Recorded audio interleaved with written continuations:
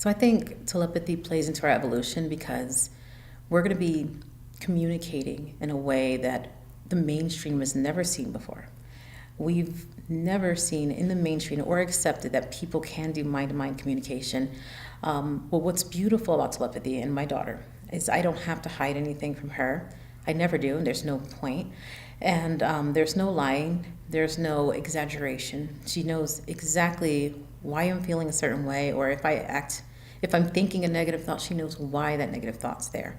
And she knows what preceded it, and she knows how I am. She knows everything within an instant. And so I don't even have to explain it to her. She totally understands. And so that's something that will really help humankind. A lot of people are afraid, like, oh, I don't want them to know this negative side of me. And I always say it doesn't matter, because they'll see all of the positive sides too. They'll see why that negative part is there, and they'll have compassion.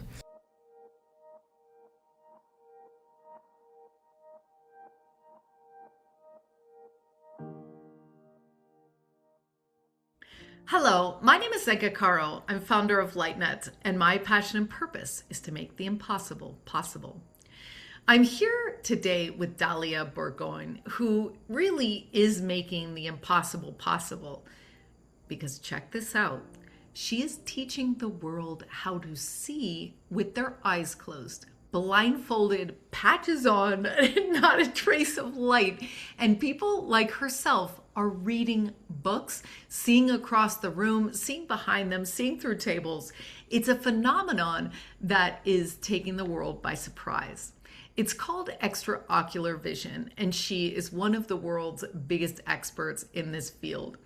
She has been training people in all of these things. In fact, I just went to a training for 7 days, and my mind is literally more open than it ever has been. We did things that I never thought was possible.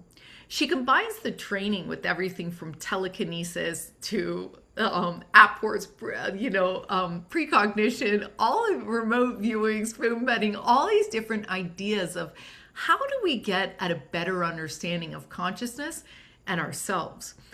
This is truly extraordinary. She's been featured on Gaia. She's working with Stanford, ION, scientists from around the world, the telepathy tapes, all these things to really look at what is going on here and how does it work.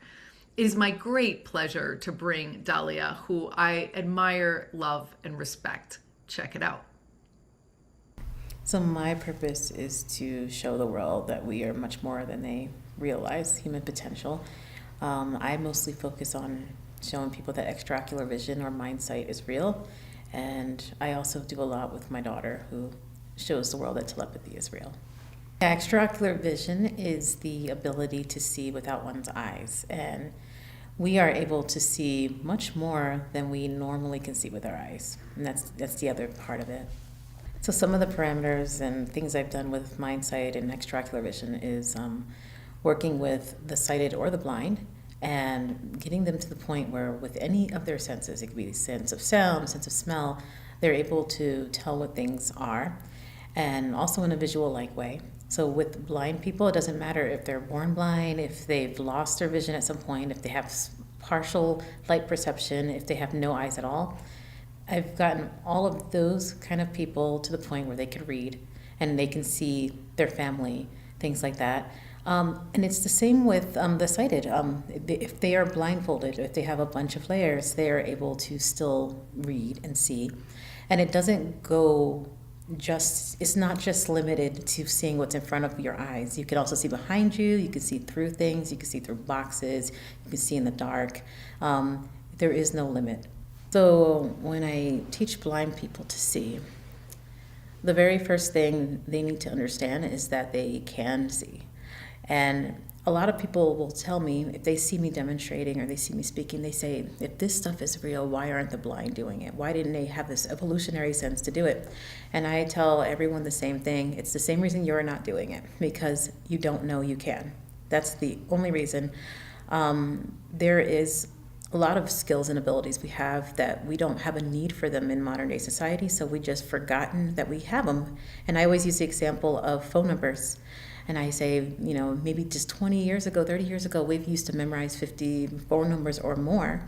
But today, if you ask a 19-year-old, they probably don't even know we can do that. They don't know that's an ability we have because it's not necessary. And it's the same with modern day seeing and lights and all of these things we have to see. We have things to help us with our vision. We don't really need to use our innate human ability, and we've also forgotten about it. And it is actually really helpful for the blind, but they don't know. Most of them don't know. I'm sure some of them have tapped in, but most don't know. And the ones that have tapped in, Sean will actually say, one of my students would actually say, he did tap in a couple of times, and he was told, no, you can't do that, you're imagining it. And so just the first thing is, hey, you actually can do this, and it's actually really, really quick. And that's usually what I tell people, because that's been my experience.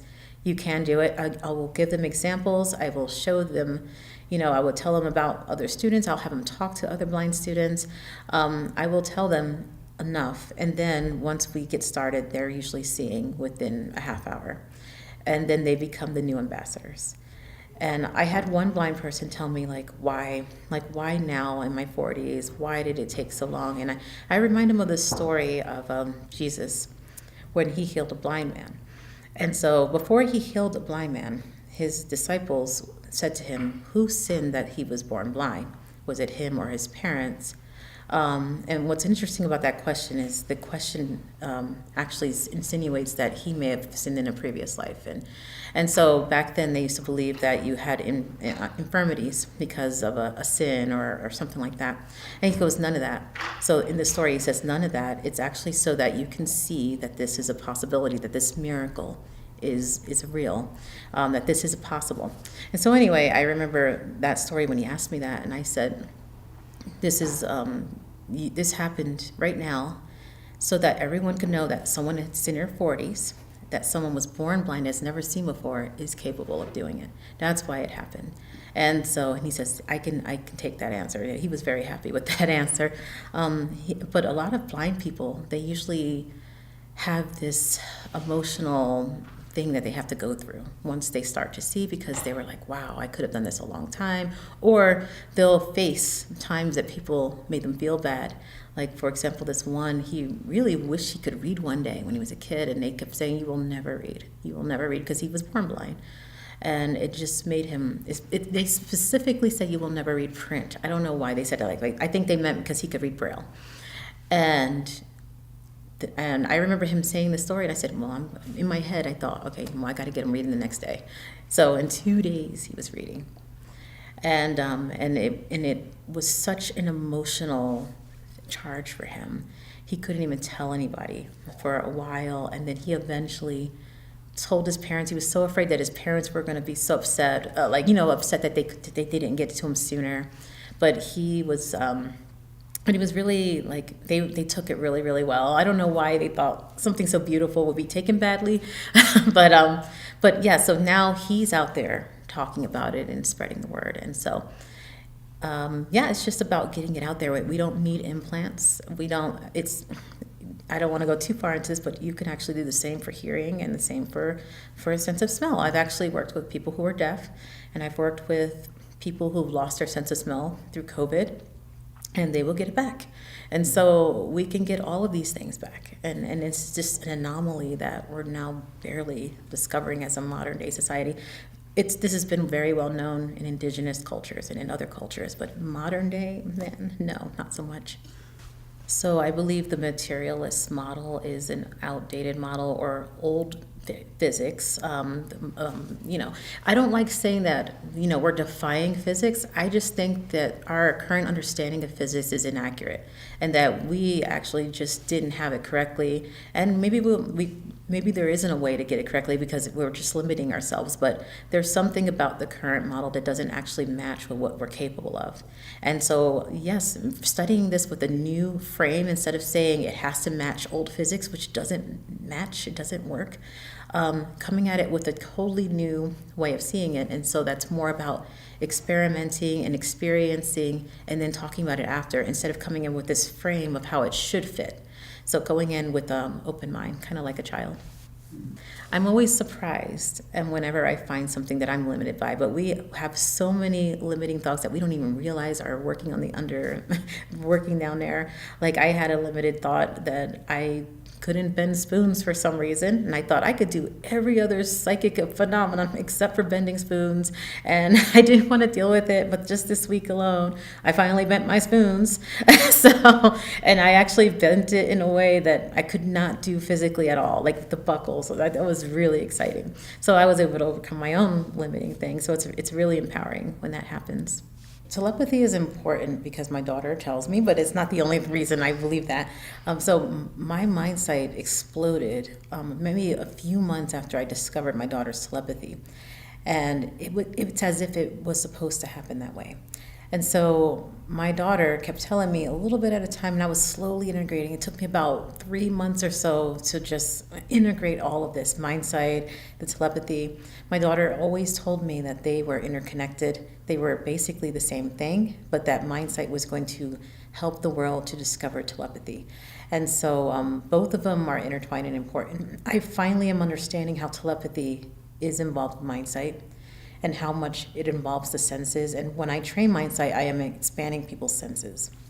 And so if you have the ability to do Mindsight, I believe it's going to make it easier to develop your telepathy. So I experienced telepathy with Lidu when she sends me images or feelings. When we are doing the letter board, usually before she even touches the letters, I already have what she's going to say. So it's as if we're thinking at the same time. The weird thing is when she's doing the letter board with someone else, I have no idea what she's going to say. When she's spelling, it's just so strange for me to see her spell and me not know what she's going to say. My daughter's telepathy, though, when I'm sending stuff to her, it's mind-blowing. So not only can she know exactly the words I'm thinking, word for word telepathy. I could think of one word, I could think of 10 words. She will be able to spell all of those out. She knows all of the words. She's not just limited to me, it's also to anybody that wants to be open with her and they're not afraid of their mind being read. She can do it with them too. And it's not just that, it's well beyond that. So my daughter has access to my entire mind and my field and my memories. She has access to things I'm not consciously thinking of. She has access to memories I've forgotten about. Sometimes when she'll tell me a memory, or she'll mention a memory and she'll give me details that I totally forgot about until she says it. If I were to read a book, I can go and discuss the book with her as if she read it. I'll say, what did you think of this one character? Who was your favorite character? She can actually tell me who her favorite character was and why, even though she's never read the book. And so if I am in another location, she can tell me stuff about the location that I didn't even know about, and it can be validated. She can also tell me how an event is going to turn out. And so there's her telepathy. It's just being able to read the words of my mind. That's just very basic. It's to her, that's not even real telepathy, but she knows that's what scientists want. So we're actually doing a lot of research with Dr. Diane Powell and different universities where where she's just showing basic telepathy, so basic word-to-word transfer, and I'm at a distance and she's holding the thing herself. So we're doing things like that to prove it to the world, because to her, it's such a big deal to prove it to the world that telepathy is real, so that we can all evolve. So I think telepathy plays into our evolution because we're going to be communicating in a way that the mainstream has never seen before. We've never seen in the mainstream or accepted that people can do mind-to-mind communication. Well, what's beautiful about telepathy and my daughter is I don't have to hide anything from her. I never do, and there's no point. And there's no lying, there's no exaggeration. She knows exactly why I'm feeling a certain way, or if I'm thinking a negative thought, she knows why that negative thought's there. And she knows what preceded it, and she knows how I am. She knows everything within an instant. And so I don't even have to explain it to her. She totally understands. And so that's something that will really help humankind. A lot of people are afraid of like, oh, I don't want them to know this negative side of me. And I always say it doesn't matter, because they'll see all of the positive sides too. They'll see why that negative part is there, and they'll have compassion. So it's this way of communicating without lies, without exaggeration. And so it can be a really incredible, beautiful thing. And my daughter always says, in order to get to that level of telepathy, it does involve some sort of ascension. So our hearts getting bigger and more loving. Another part of telepathy that a lot of people don't talk about, and this is really important to my daughter, is communicating with the spiritual teachers. So there are teachers that she actually, and mentors that she communicates with, and this is just as real to her as here. Actually, that's more real to her than here. And to a lot of people, they think communicating with the angels is, or teachers or guides, they think it's more of a prayer thing, or they think it's a meditative thing, and they're not realizing that it is the same as us communicating, because we're also spiritual beings. So it's the same as us communicating with each other as we are to them, just as real. And so that's another, to Lidu, that is telepathy, talking to them as well. So instead of saying, I'm going to pray, you could actually see it in a different way. You can still say pray, but see it the same as if we're talking to each other telepathically. See it the same as you're talking to those beings. So the moment I knew that this was what I was supposed to do, when Lidu first started communicating, spelling to communicate, I thought it was the most incredible finding ever. And I just remember thinking, I want to do something this meaningful. I want to do something this meaningful. This is such a strong purpose, getting these kids to communicate. But I said, I don't have, it's not in alignment with me to do this very thing, to teach other parents how to communicate with the kids. It just seems too difficult for me. But I want something like this, and I admire every provider that teaches this. And I said, I want something like this. I remember thinking that, and my Mindsight opens, and then I was asked to go to a training and to actually demonstrate. I was just asked to be a demonstrator. I was asked to be a demonstrator. I went and I started training, and I trained my first blind person, and he started to see. But none of that it didn't click until, it can make me cry, but it didn't click until I gave him my arm, and he took it and started walking with me. And then I thought, this is exactly when I walk with Lidu. I said, this feels exactly like what I do with Lidu. And I said, this is the purpose. It just all clicked. I said, this is the thing, the meaningful thing I wanted to do was, and it's helping the blind. And it's just as meaningful as people giving the autistic kids the voice to speak. The biggest struggle in living my purpose is wanting to do it all the time, but I do have young children. And so I have these young children, I have a family, and so there's this constant battle inside of myself of should I be home with my children, or should I be out there doing this? And I have the most passion when I'm out there doing this. That's when I feel the most alive. But then there's always this part of me that thinks I should be home with my children. My children understand, and I do my best to bring them with me. But so I'm still kind of learning and battling with that. My children are very young, and Lidu is also very, very high maintenance. But I'm very happy that I'm really happy that I can bring Lidu in at most. Lidu is a part of this mission. And I'm also happy that my children, they're a part of this too. They and now that I'm talking about this, I can see them being demonstrators, because they are very good at all of this stuff. All they do is watch me, and they do it instantly. So I can see them kind of integrating into it later on. So my advice for anyone that doesn't know their purpose is to, first of all, just be content with where you are and kind of find what makes you really happy in the present moment. Not necessarily because you're trying to find your purpose. For me, for many years, I studied energy work. I studied ways to enhance your sensory. I studied all of the things that I am now currently using in my trainings. But at the time, I didn't know what I was studying for. It was just what my heart really, really enjoyed doing, and it was very valuable to me. And so it wasn't until my 40s that I started to know what I was supposed to do, and it just came out of nowhere. So for me, my suggestion is to find what makes your heart sing and feel alive, and to do it. Something that you can do consistently. And to just kind of do it. And then for me, it's about letting your purpose kind of show itself once you've honed your skills in other ways.